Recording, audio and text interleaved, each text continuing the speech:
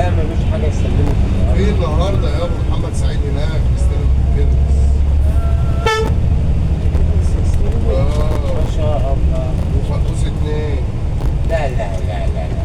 لا ما العجل كتير، العجل جاي كتير. الفقوس عمرها ما سبحانك يا رب. كل العجل القديم ده يروح فين؟ انت عارف هيودوه فين؟